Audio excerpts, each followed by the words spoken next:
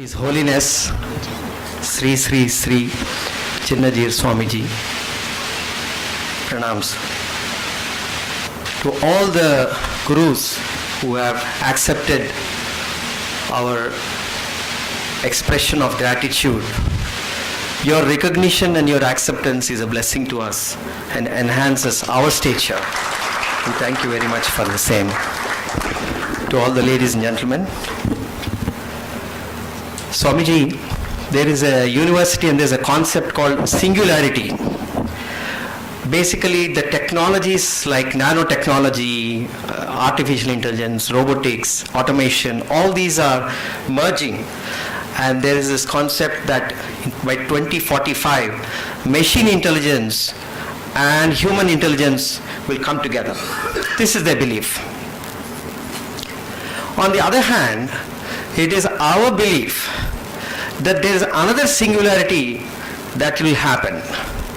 And that is thanks to a large population in the world that is doing yoga, looking at meditation.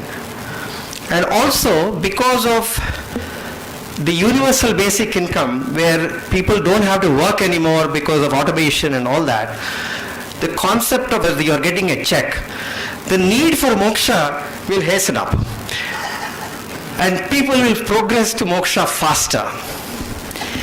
In our opinion, the singularity is not the merger of machine intelligence and human intelligence, but the singularity is the union of our Atma, the individual and Atma. And that is the singularity that we will achieve, where more than 1 billion people will hasten up in pursuit of moksha.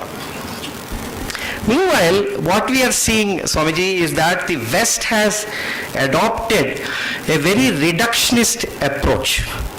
That is to say, they have taken all the facets of our culture, be it karma yoga, be it Ayurveda, be it chanting, be it asana, be it meditation, be it festivals, be it craft, every aspect of a culture, they're taking, they're consuming, all that is fine.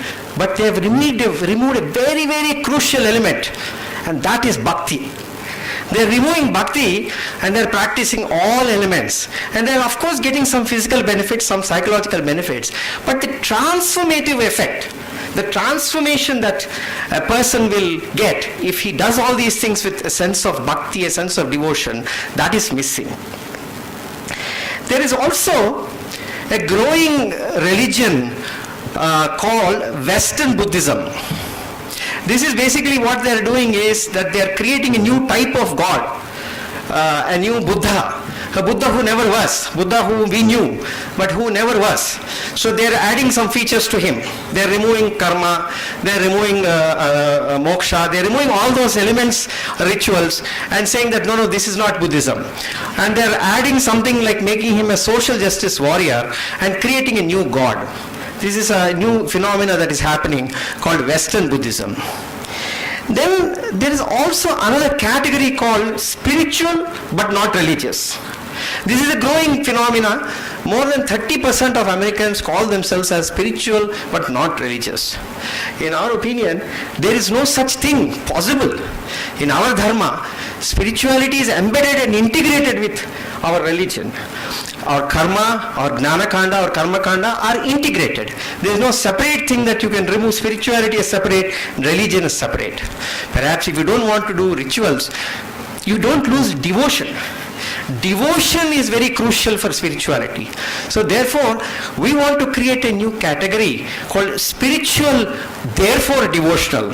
And that is what we are trying to do.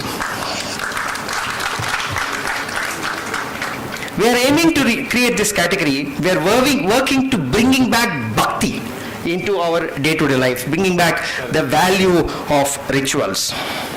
We believe that if enough people or a critical mass of spiritual but not religious category becomes spiritual, therefore devotional, then the world will be transformed. This is our belief.